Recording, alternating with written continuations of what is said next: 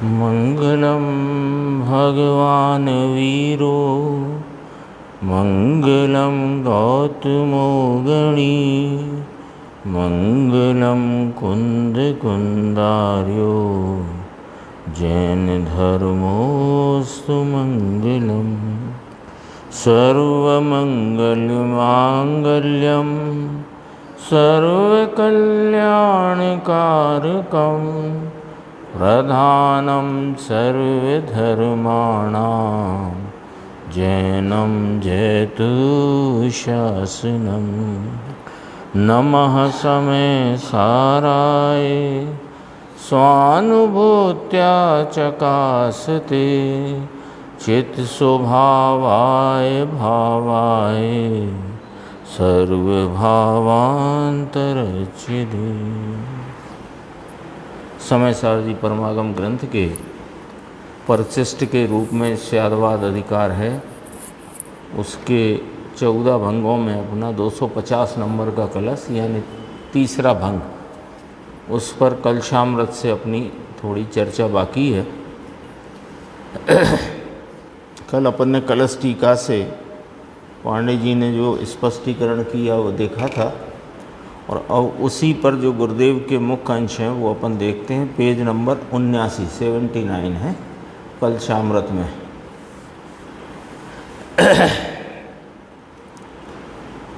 भावार्थ से ही शुरू किया गुरुदेव ने।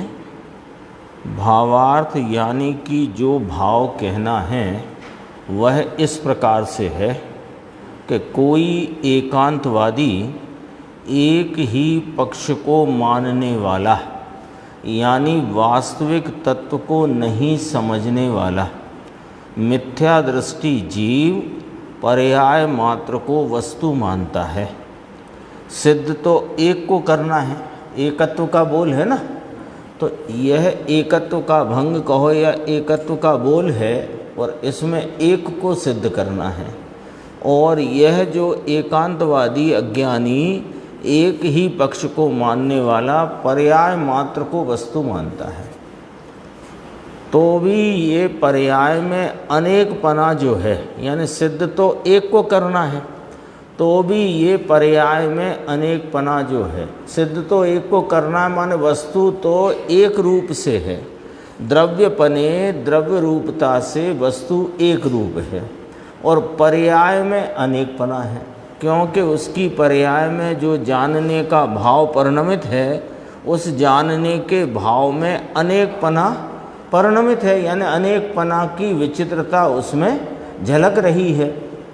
तो वह जो पर्याय मात्र को मानता है, तो वह जो अनेकपना है वो अनेकपने को ही वस्तु मानता है, क्योंकि वस्तु को तो वस्तु मानता नहीं, द्रव्य मानता नहीं है।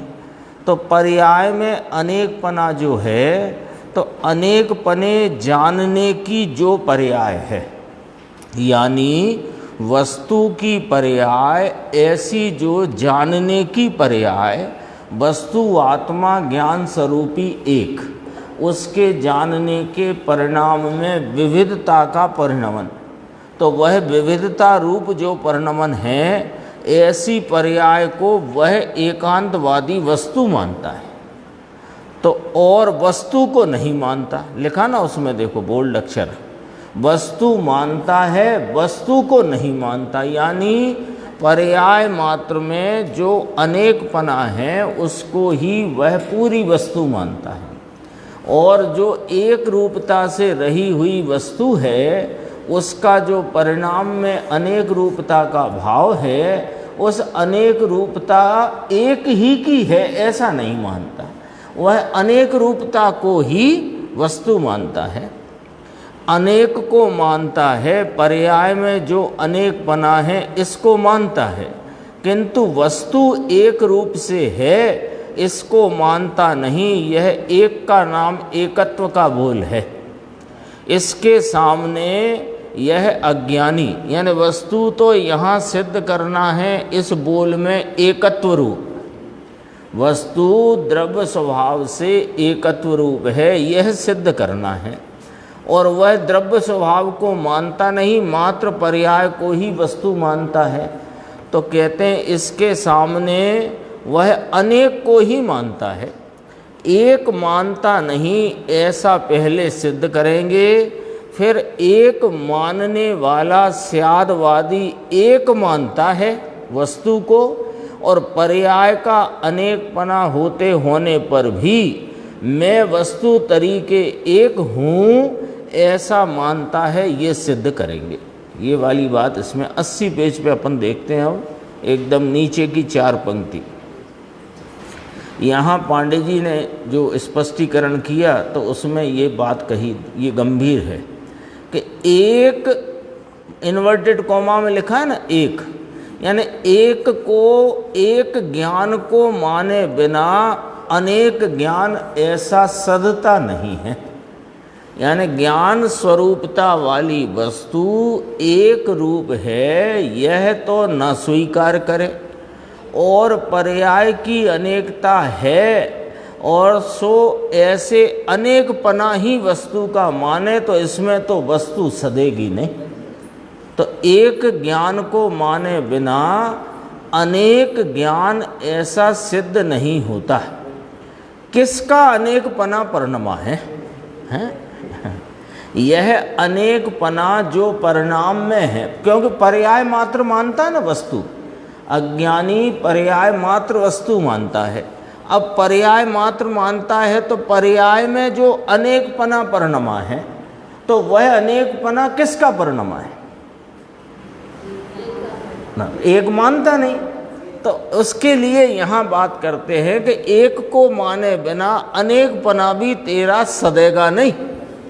ये जो पर्याय में देख करके अनेक ज्ञेयों को जानती परिणमती जो ज्ञान की अवस्था में हुआ अनेकाकारपना, वह अनेकाकारपना वस्तु का है, ये तब ही तो सदेगा, अथवा अनेकाकारपने में हुआ हूँ, ये तब ही तो सिद्ध होगा कि मैं एक रूप हूँ जिसका परिणाम भाव में अनेकाकारपना है, तब सदेगा ना। तो किसका अनेकपना परिणमित हुआ? प्रश्नवाचक है ना, कि जड़ अनेकपने परिणमा है क्या? अरे कौन सा द्रव्य अनेकपने परिणमा? ये तो बात खड़ी करो। तुम कहते हो कि पर्याय मात्र वस्तु है, तो किसकी है ये पर्याय? ये पर्याय है किसकी? ये तो बात खड़ी करो ज्ञान में, अपने श्रद्धान में, समझ में। एक पने रहने वाले के बिना अनेक पने परिणमा कौन? लॉजिक से बात रखी भाई। पर्याय को मानते हैं हम, तो पर्याय में क्या हुआ कि ज्ञेयों के निमित्त से वह बहु अनेकाकार रूप ज्ञान का आकार परिणमा। चलिए, ज्ञान का आकार है वो ज्ञानाकार किसका है? वो ज्ञानाकार में अनेकपना है, वो किसका है? ज्ञेयों का है क्या? तो जो एक रूप सदा काल ज्ञान रूप रहता है, वही तो अपने प्रत्येक समय के परिणमन भाव में अनेक पने परिणमता है। तो एक पने की सिद्धि किए बिना अनेक पना कैसे लाए? कहाँ से आया? किसका आया? लॉजिक है देखो। एक पने रहने वाले के बिना अनेक पने परिणमा कौन? समझ में आया? अनेक पने हुआ कौन? अरे एक पने रहे बिना अनेक रूप से हुआ कौन? 3 बार पूछा। क्यों पूछा? कि अपने को विचार कराते हैं, अपने को इस विचार में लेकर आते हैं कि भैया विचार तो करो कि ये अनेक, ये दर्पण हैं, ये दर्पण में भिन्न भिन्न बिंबों के, अनेक प्रकार के भिन्न भिन्न बिंबों के आकार रूप से दर्पण परिणमा है। अब तुम दर्पण की पर्याय में अनेकपना देख करके वो दर्पण की पर्याय मात्र को देखकर कहते हो कि ये ज्ञान अनेकपने हुआ है। तो हम पूछते हैं कि ये जो अनेकपने हुआ है इसका हमने कब इनकार किया? लेकिन अनेकपने हुआ कौन है? वह दर्पण ही जो सदा दर्पण रूप रहता हुआ अपने पर्याय परिणमन भाव में अनेक रूपता से हुआ है। तो वह एक को सिद्ध किए बिना, एकत्व का बोल है ना, तो एक को सिद्ध किए बिना अनेक पने की सिद्धि भी होती नहीं, और इस प्रकार वस्तु तुम साध सकते नहीं। गंभीर पॉइंट यहाँ पांडे जी ने उठाया है, जिसका खुलासा गुरुदेव श्री ने बहुत सरल कर दिया, सरल कर दिया। देखो, एक द्रव्य है, एक रूप से रहने वाला द्रव्य है, वो एक है, और वह एक कैसा है कि वह सदा एक रूप रहता है। तो एक रूप रहने वाला अनेक पने परिणमा है, परिणमियों परिणमा है, समझाए से काई। अब जिसका अनेक का एक के साथ संबंध है, ऐसा यहाँ कहना है। ये जो तुम अनेकता ज्ञान में परिणमी हुई अनेकता को देख करके ये ही ज्ञान वस्तु है, ऐसा तुम जो मान बैठे हो, तो हम कहते हैं कि ये अनेक पना जो पर्याय में दिखाई देता है, पर्याय रूपी प्रगटता में जो अनेक पना ज्ञान की अवस्था में दिखाई देता है, उसका उस एक रूप ज्ञान से संबंध है, गे से नहीं।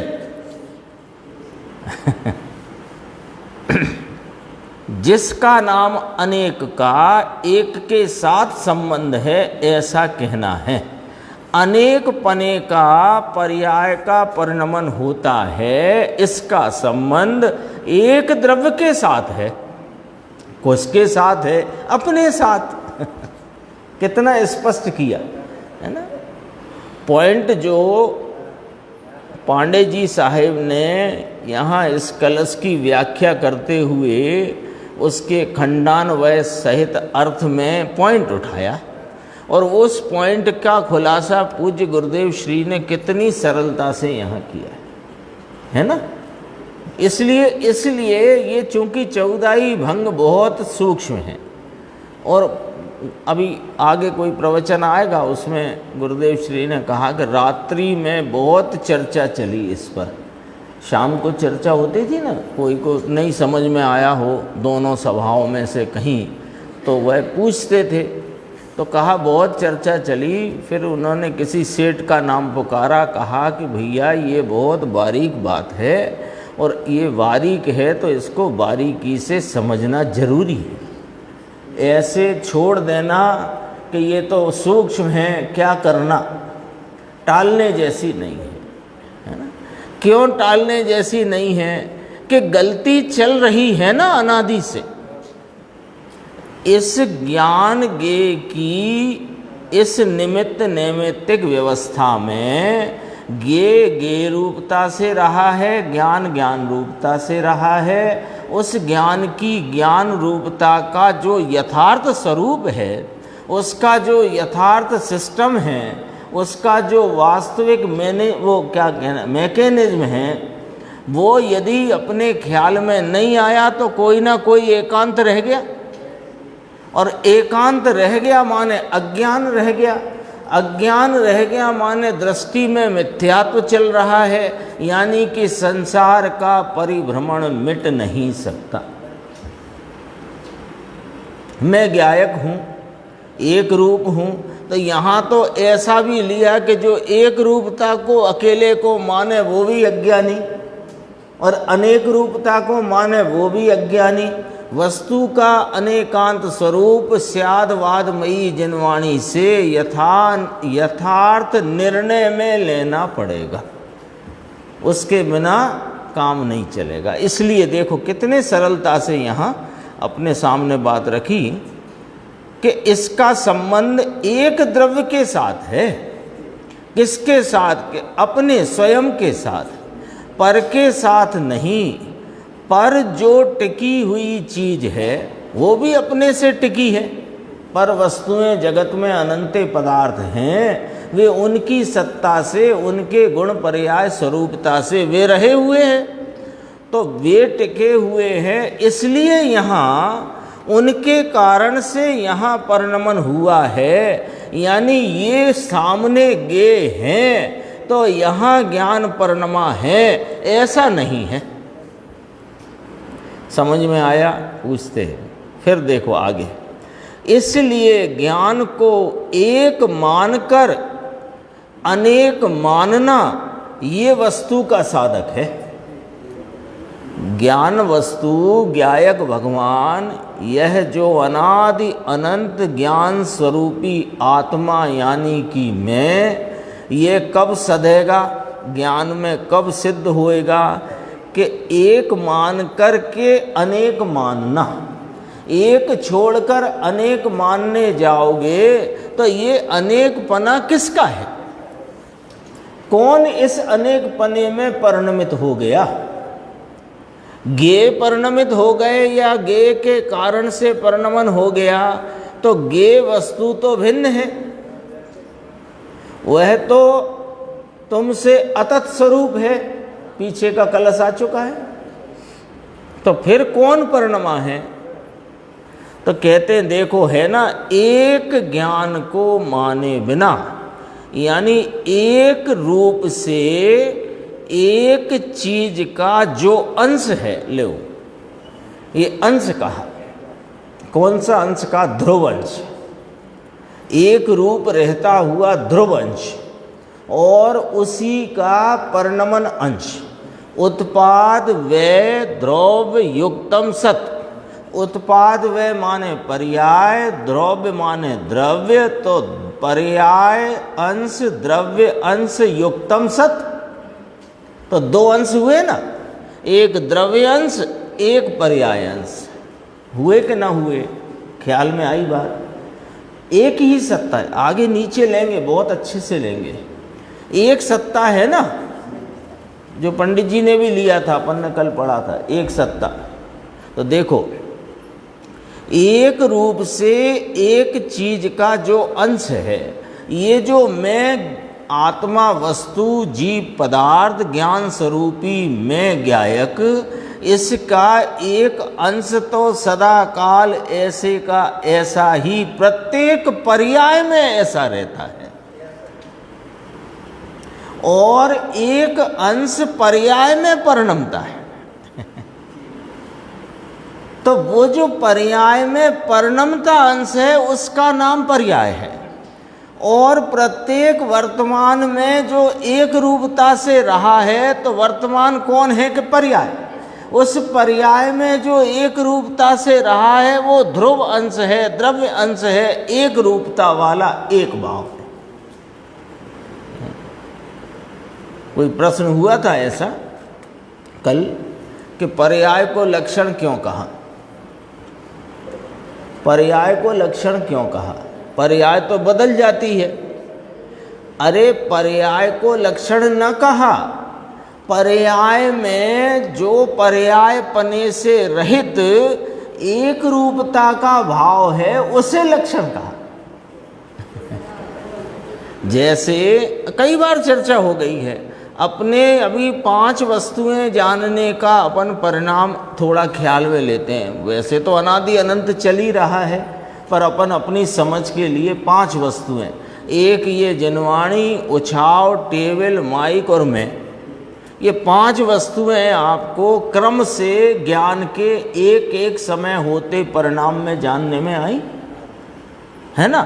तो ये जिनवाणी, उछाव, टेबल, माइक और ये मैं, ऐसा जो जानने में आया, तो हर जानने के परिणाम में वह गेयों के निमित्त से बनता हुआ आकार जो पर्याय का है ज्ञानाकार, वो तो बदल गया। लेकिन प्रत्येक बदलते हुए उस ज्ञानाकार में एकाकार रूप से रहा हुआ जानना जानना जानना जानना जानना, ये रहा कि ना रहा। तो वह प्रत्येक पर्याय में एक जानन रूपता का जो प्रवाहित भाव है, गुरुदेव ने इसमें कहीं लिया है, वो आगे तक का मैंने पढ़ लिया तो याद नहीं आ रहा कहाँ है।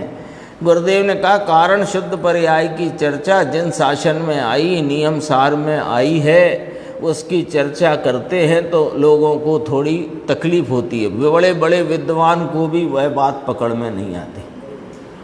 कारण शुद्ध पर्याय की, कारण शुद्ध पर्याय ही है ये कि प्रत्येक 5 पर्याय अपन ने ख्याल में ली समझने के लिए, तो 5 पर्यायों में हर ज्ञानाकार का परिणाम बदल गया। कैसे बदल गया कि वहाँ हर परिणाम में ये ज्ञेयों के निमित्त से होते हुए ज्ञानाकार बदले हैं, पर हर ज्ञानाकार के भाव में एक ज्ञान स्वरूपता का जानना जानना जानना जानना वह तो बिना बदले ही रहा है ना, तो लक्षण वो है। इसी को कारण शुद्ध पर्याय कहा, जिसको शास्त्र के शब्दों में कहेंगे शुद्ध चैतन्य का त्रैकालिक ध्रुव प्रवाह है। इसको दर्पण से समझ लेते हैं। दर्पण लगा है यहाँ पर और उसके प्रत्येक समय में प्रतिबिंबन का होता हुआ परिणाम है। सामने प्रति समय कोई वस्तु बदलती जा रही है, तो बदलती हुई कार निकली, लाल, फिर काली, फिर पीली, फिर नीली, फिर हरी निकली, और वो सब दर्पण में झलकी। तो दर्पण की वह प्रतिबिंबन की पर्याय में वो कारों के रंग के आकार के अनुरूप यहाँ प्रतिबिंबन में तो बदलाव आया, लेकिन प्रत्येक प्रतिबिंबन के पर्याय में बदलाव के साथ प्रतिबिंबन प्रतिबिंबन प्रतिबिंबन प्रतिबिंबन प्रतिबिंबन एक रूपता रही कि न रही। वो जो एक रूपता रही है वो दर्पण का लक्षण है, वे लाल पीली नीली थोड़ी।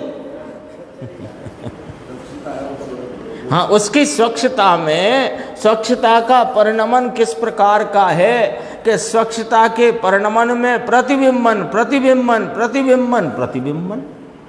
तो दर्पण की प्रसिद्धि, दर्पण का लक्षण प्रतिबिंबन है। काली नीली पीली हरी कारें इसका लक्षण नहीं है, और उनके निमित्त से प्रतिबिंबन के परिणाम में बदलाव है, उस पर से लक्ष्य छुड़ाया है, और जो एक रूपता का प्रतिबिंबन है उस पर लक्ष्य गया तो मालूम पड़ गया ये दर्पण है, कार नहीं। ये है वो सब बात आ चुकी है कि कुछ गुण ऐसे हैं जो अन्य द्रव्यों में पाए जाते हैं, उनमें अतिव्याप्ति है। जो ऐसे हैं पर्याय आश्रित होने से कभी किसी अवस्था में पाए जाते हैं, उनमें अव्याप्ति दोष है। फिर इन दोनों दोषों से रहित चेतनता है, वह शक्ति रूप है, और शक्ति रूप चेतनता की व्यक्ति 2 प्रकार है, ज्ञान और दर्शन। तो दर्शन निराकार होने से उससे भी आत्मा नहीं जाना जाता, पर ज्ञान साकार होने से उससे ही आत्मा जाना जाता है। यहाँ ज्ञान कौन लिया? परिणाम, व्यक्ति कहा ना, ज्ञान प्रकट, ज्ञान व्यक्त। तो वो व्यक्तता में, तुम व्यक्तता में होते हुए बदलाव को नहीं देखना है। प्रत्येक व्यक्तता में होते हुए बदलाव के काल में बदलाव से रहित जो नहीं बदलता है, जो एक रूप रहता है, वह वास्तव में ज्ञान है। तो आया लक्षण, आया कि नहीं आया पर्याय में? देखो, पर्याय में लक्षण है, पर्याय लक्षण नहीं है। अब दोबारा दूसरी ये बात, पर्याय में लक्षण है, पर्याय लक्षण नहीं है। ये क्या मतलब हुआ कि प्रत्येक वस्तु के प्रत्येक वर्तमान में प्रकट पर्याय, उस पर्याय में जो बदलता भाव है वो लक्षण नहीं है, लेकिन प्रत्येक वर्तमान का प्रकट जो भाव है उसमें जो नहीं बदल रहा है इस प्रवाह में, वह वास्तव में कारण शुद्ध पर्याय कहो, कारण परमात्मा कहो, दृष्टि का विषय कहो, ध्यान का ध्येयभूत कहो, श्रद्धा का श्रद्धेय कहो, वो एक ही है। ये वाली बात है। देखो, ये इधर से बात आई, वस्तु तरीके एक है, वह अवस्था में अनेक रूप हुआ है, अवस्था में अनेक रूप हुआ है। अवस्था में अवस्था की अनेक रूपता को स्वीकार तो किया, लेकिन अवस्था की अनेक रूपता में जो एक रूप है वो मैं हूं, उसको स्वीकार किए बिना यहां जो भंग चलता है, उसको स्वीकार किए बिना अनेकपना किसका? बात ये चलती है। वो तो बीच में अपन ने उस प्रश्न के जवाब को यहां पर लिया। देखो, वस्तु तरीके एक है, वह अवस्था में अनेक रूप हुआ है। ऐसे एक रूप चीज को माने बिना अनेक ज्ञान ऐसा साधा नहीं जा सकता, अर्थात दूसरा कोई टिकता है अथवा दूसरा है, इसके लिए यहाँ अनेकपना परिणमित हुआ है, ऐसा नहीं। और एक के आधार से, अब एकदम पंक्ति जो है बिल्कुल सटीक एकदम पकड़ लेने की बात आई।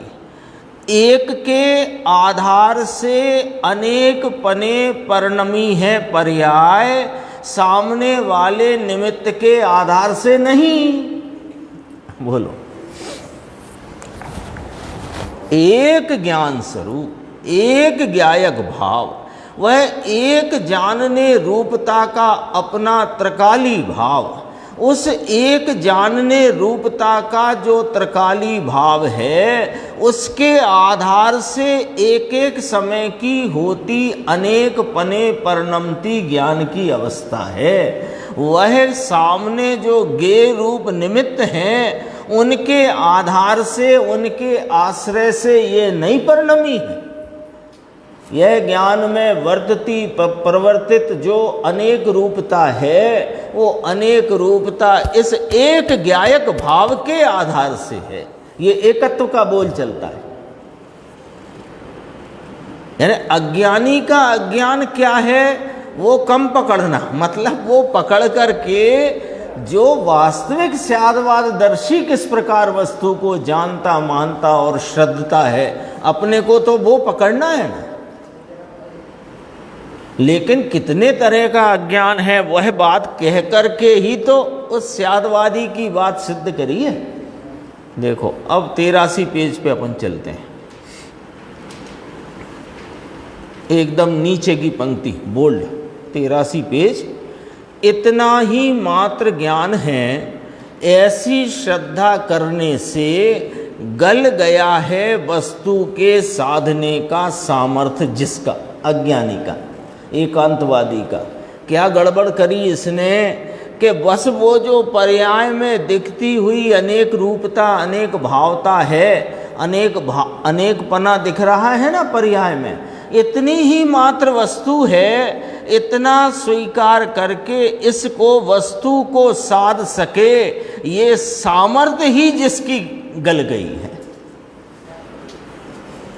क्योंकि उसने तो एक पर्याय रूपता को ही वस्तु मान लिया, और पर्याय में अनेकाकारपना है, वो अनेकाकारपना इतनी ही वस्तु है।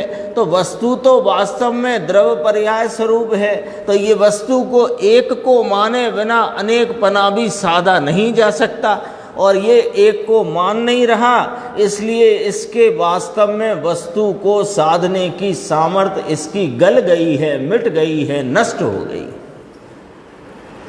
इतनी ही पर्याय को मानने वाला एतावन मात्र ज्ञान है, इतना ही बस ज्ञान है, ऐसा अज्ञानी मानता है। एतावन मात्र ज्ञान है, इतना ही ये ज्ञान है, यानी एक समय की पर्याय को। अब वो कैसे जानता है अज्ञानी का अज्ञान का, जरा विस्तार देखो क्या है, थोड़ा समझना। एक समय की पर्याय में 6 द्रव्य को जाने, इतना ही ये ज्ञान है। फिर कहे ओ हो, इससे मानो मैं बहुत बड़ा जानने वाला हो गया। समझना, बात गंभीर कही गई है ना। अपन अपने ज्ञान की सामर्थ्य को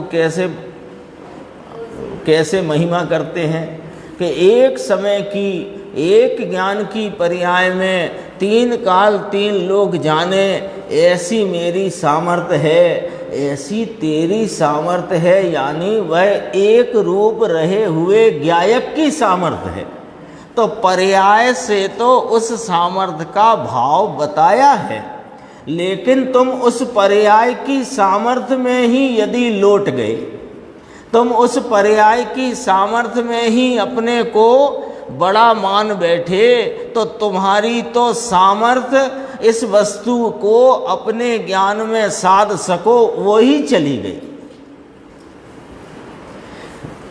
है ना। केवली भगवान की बात करते हैं या अपने ज्ञान स्वभाव की बात करते, तो स्वभाव की बात करी पर्याय से, अब पर्याय में ही ये नतमस्तक हो पड़ा, और द्रव्य स्वभाव का जो एक रूपता का भाव है उसको इसने लक्ष्य में न लिया और पर्याय की महिमा में ही झूम झूम गया। तो कहते हैं इससे ही जो अपने को बड़प्पन मानता है, लिखा है इसमें, एनाथी मोटू लाग्यू जाने, इससे ही मैं बड़ा हूँ, क्योंकि मेरी एक समय की ज्ञान की पर्याय 6 द्रव्यों को सबको एक साथ जाने, ऐसी मेरी पर्याय है। अब पर्याय है तो जिसकी है उसकी महिमा कर उसकी क्यों नहीं आती? अनादि से पर्याय मूढ़ता जीव को चली आई है, पर्याय मूढ़ता चली आई। 6 द्रव्य को जाने, अनंत अनंत अनंत अनंत अनंत के अनंत प्रकार और अनंत के अनंत प्रकार एक समय में जाने, इतना ही ज्ञान है।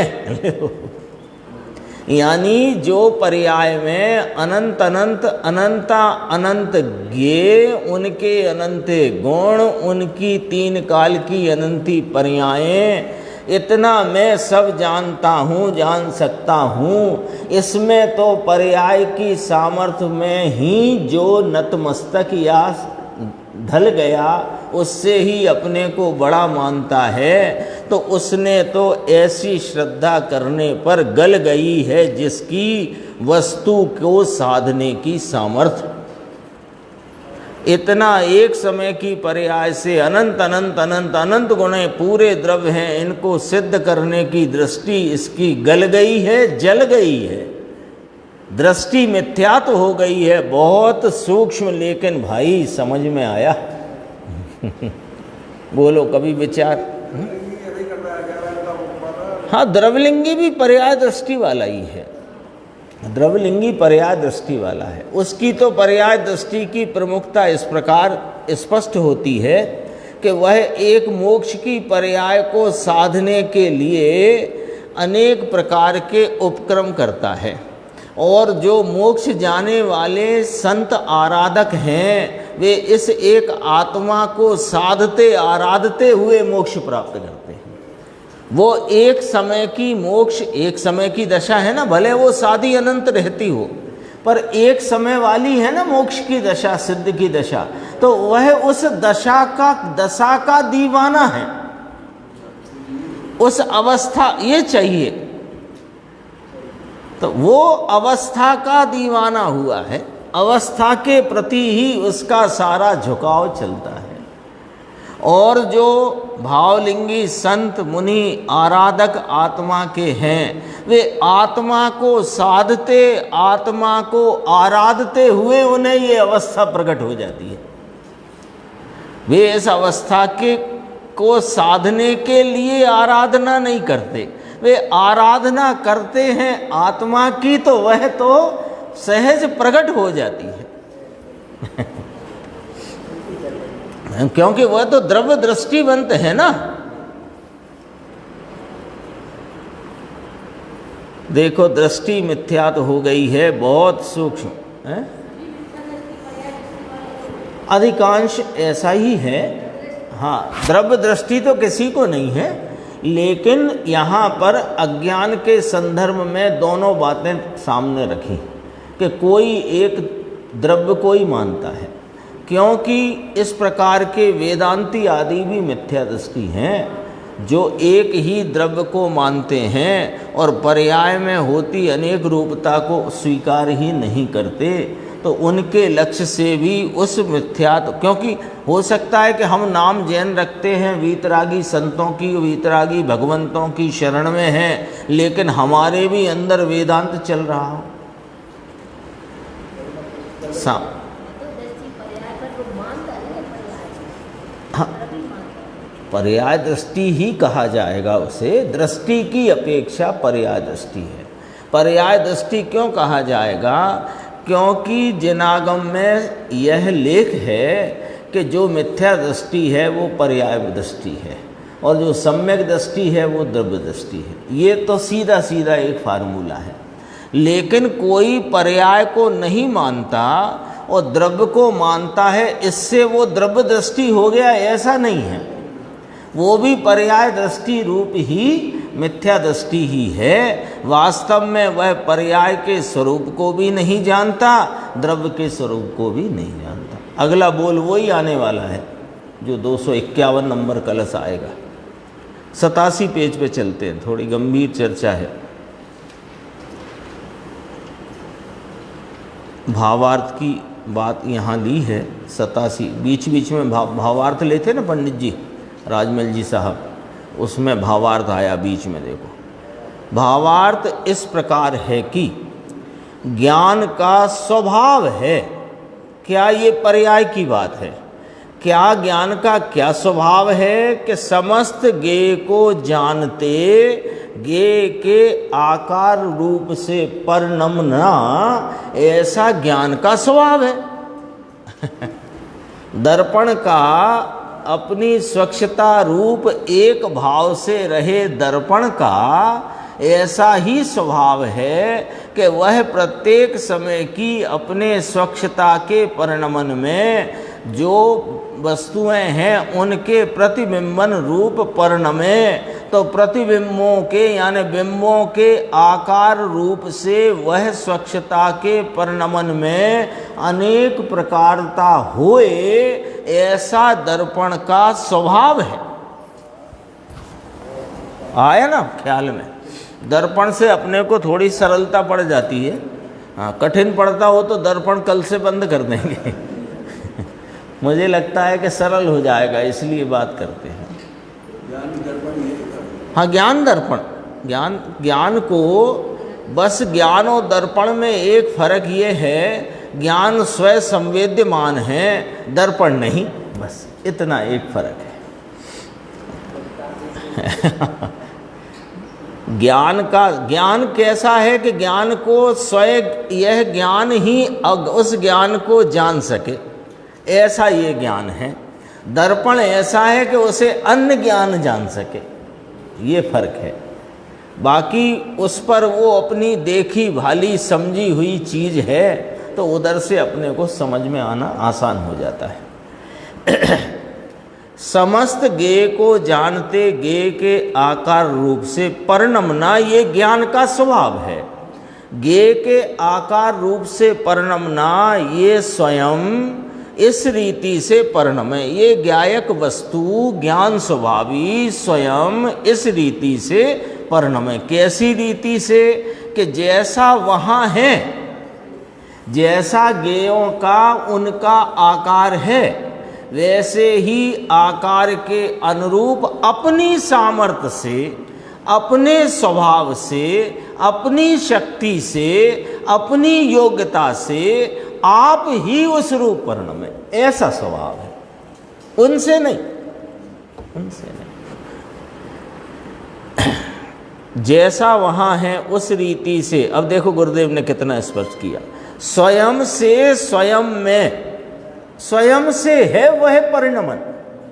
दर्पण की बात फिर आ गई।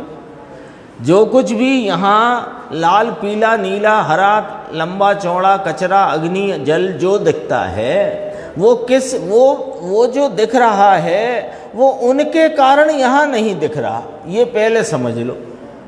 तो कि उनके कारण नहीं दिख रहा, तो क्या दर्पण के कारण? के हाँ, वह दर्पण के वो जो मान लो 2 फुट बाई 4 फुट का दर्पण है, और उस 2 फुट बाई 4 फुट के दर्पण में जितने भी दर्पण रूप से परिणमित जो परमाणु हैं, उन परमाणुओं का ही तो परिणमन है वो।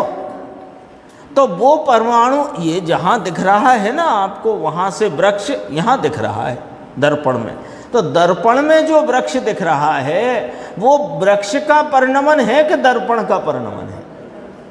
यानी दर्पण में ही रहे परमाणुओं का उस प्रकार के वर्णादि रूप परिणमन दर्पण के परमाणुओं का है। तो वो दर्पण के परमाणुओं का परिणमन दर्पण के परमाणुओं की शक्ति और सामर्थ्य योग्यता से है, उससे नहीं। ऐसे ही ज्ञान का स्वभाव ऐसा है कि जिस रीति से ज्ञेयाकार वस्तुएं परिणमित हैं, उस ही प्रकार का ज्ञानाकार में इस आकार रूपता से ज्ञेयों के आकारों के अनुरूप ज्ञानाकार में वैसा परिणमन अपनी ज्ञान शक्ति सामर्थ्य से स्वयं अपनी योग्यता से होता है।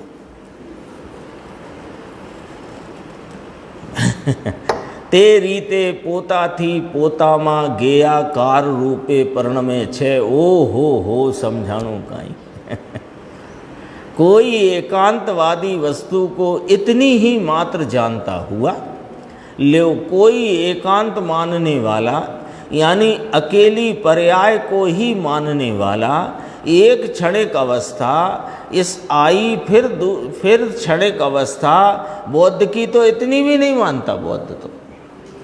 बौद्ध तो एक देखो, बौद्ध में की जो अवस्था मानने की क्षणिक मानता है ना, उसकी क्षणिकता में और जैन शासन की क्षणिकता का फर्क समझना जरा।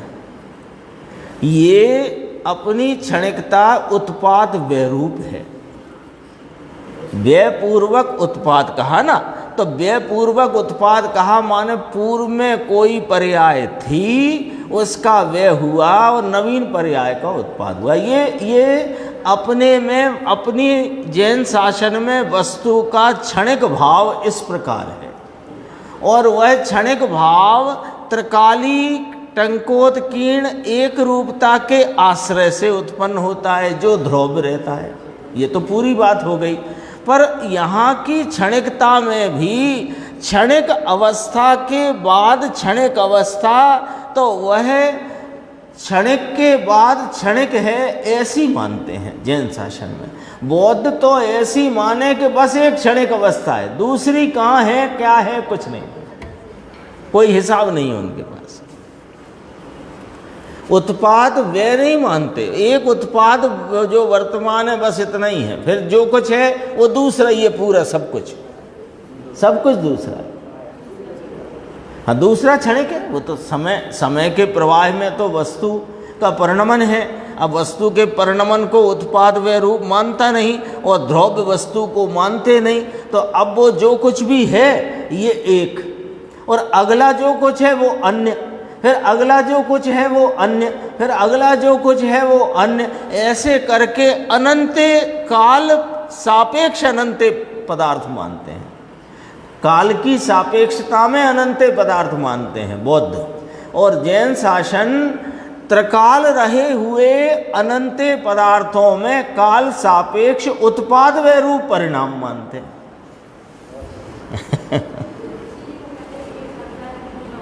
हाँ, इसलिए वे कहते एक करता है दूसरा भोगता, क्योंकि जो करने वाला है वो तो गया, अब भोगने वाला कोई दूसरा है। तब जैन शासन में कर्म सिद्धांत की बात करके कि ये कहा कि जो करता है वही भोगता है। तो अब उसमें ये उल्टी लकड़ी इसने यूँ पकड़ ली कि ये तो कर्मों को भोगने वाला बना दिया इसको। वो तो एक बात समझाने के लिए रखी थी। तो कितना गंभीर तत्व है, कितना गंभीर तत्व है। गुरुदेव कहते हैं पंडिताई का काम नहीं है इसमें बिल्कुल। बनारसी दास जी ने पांडे जी के लिए लिखा ना, पांडे उनका उपनाम था, या वो गोत्र कहते ना, गोत्र। तो पांडे जी के लिए ये न कहा पांडे राजमल बड़े पंडित, ऐसा ना लिखा। पांडे राजमल जन धर्मी नाटक समय सार के मर्मी, ये लिखा। पंडित ना लिखा, बड़े पंडित ऐसा ना लिखा। देखो ये तो वीतराग कहते हैं कि वस्तु की पर्याय धर्म ही ऐसा है, ऐसा इसका धर्म है। पर्याय रूप परिणमन होना, वो अनादि अनंत अनुत्पन्न अविनष्ट त्रिकाली रहने वाली एक वस्तु, उसका पर्याय में परिणाम होना उसका धर्म है, स्वभाव है।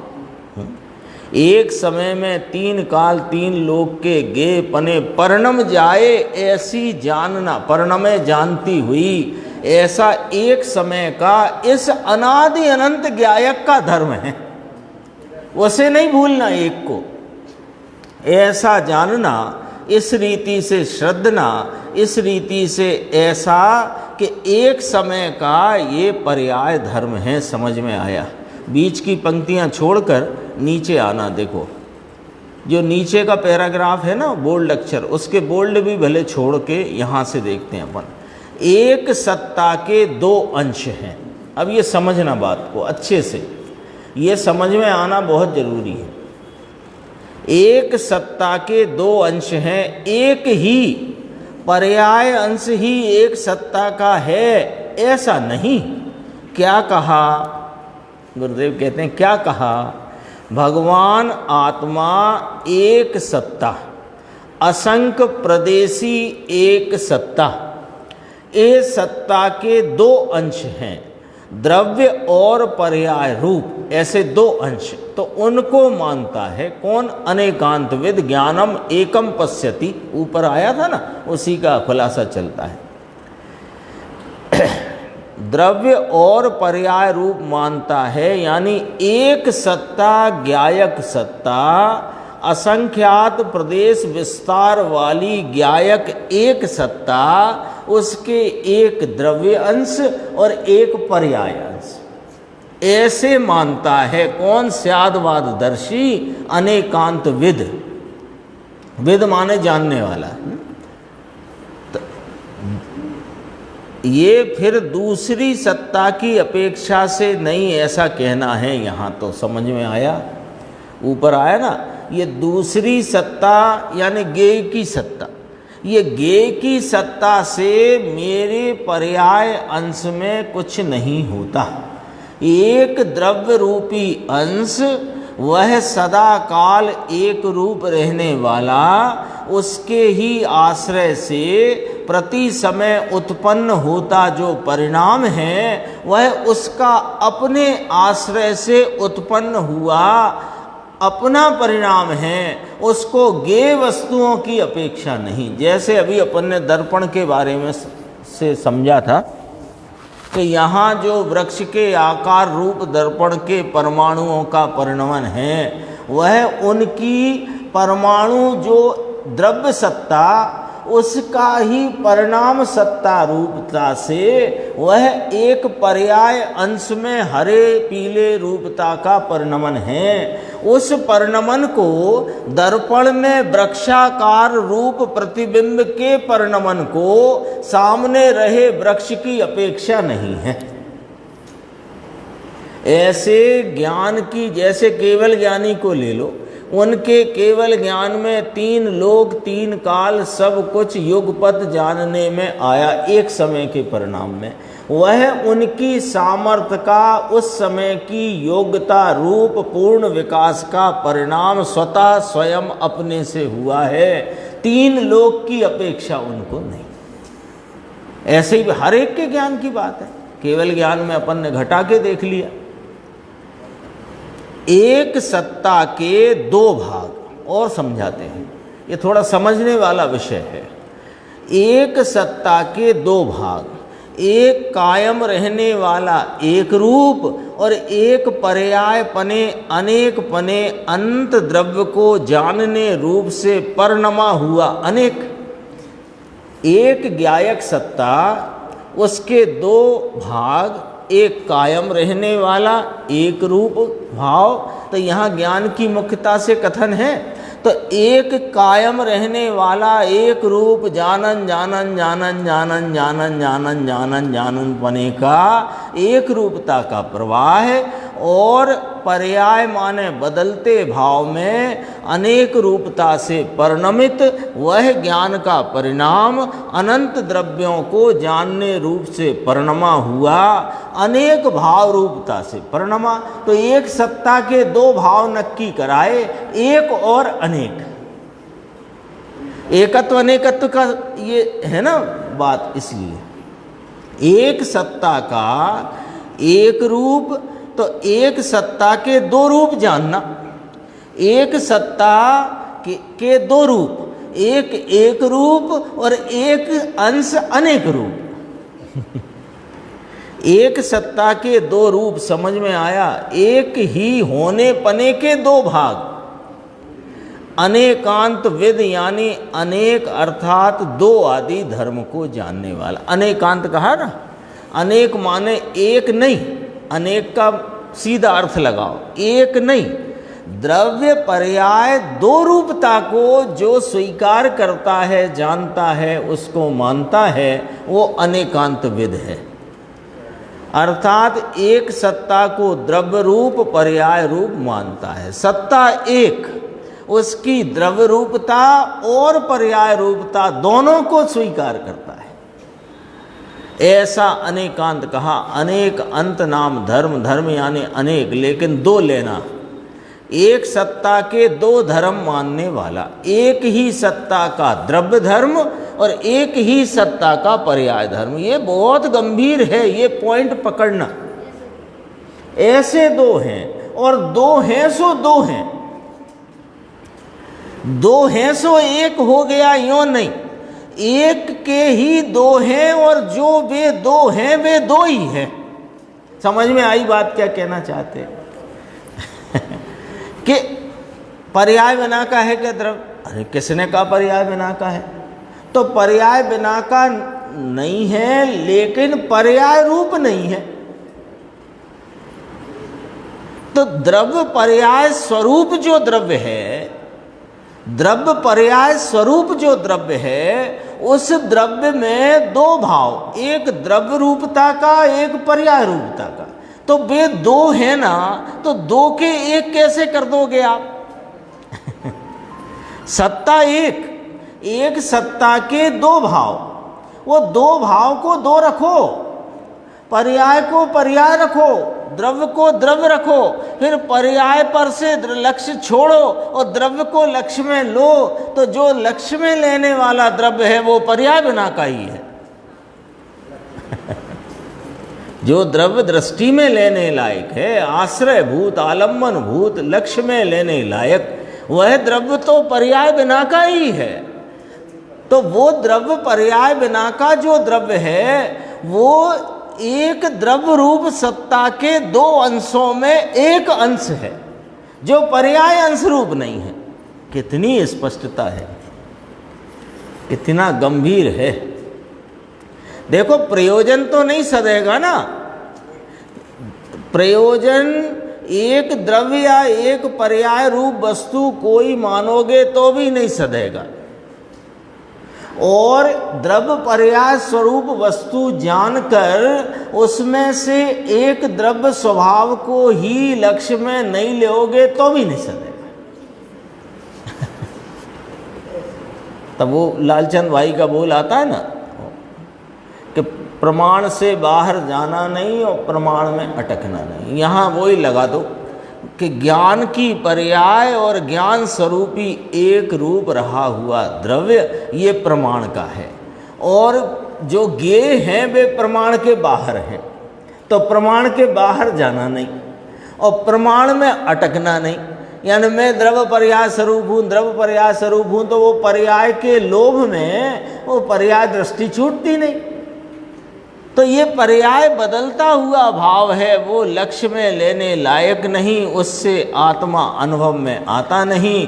तो पर्याय अंश पर से दृष्टि छोड़कर द्रव्य अंश को दृष्टि में लेना। तो उनने कहा लालचंद भाई ने कि प्रमाण में अटकना नहीं, प्रमाण से बाहर जाना नहीं, प्रमाण में अटकना नहीं। आ गया ना इसका अर्थ? यही बात यहाँ चलती है। एक सत्ता को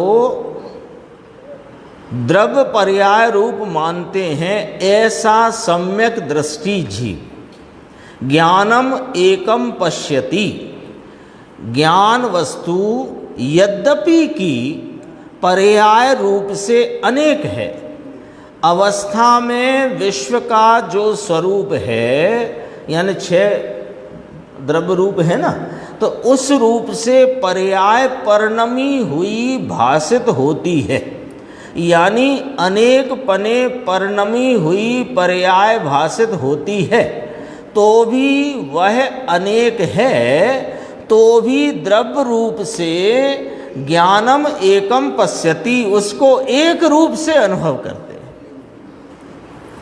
वस्तु तरीके एक रूप से जानते हैं और पर्याय में अनेक पने होने पर भी इसकी और इसकी ही रमत, इसकी ही और इसकी ही क्रीड़ा, इसकी ही इसका ही परिणमन, ये पर्याय और द्रव्य, इसकी पर्याय और ये द्रव्य में है। समझ में आया? पर के साथ कोई लेना देना नहीं है। यहाँ कर्म वर्म की बात तो कुछ की नहीं है। ये अपना पूर्ण होता है विषय और समय भी हो चुका है। और अगला जो अपना कलश आएगा 251, उसकी चर्चा अपन आगे की स्वाध्याय में करें। निज में बताई यह अनंत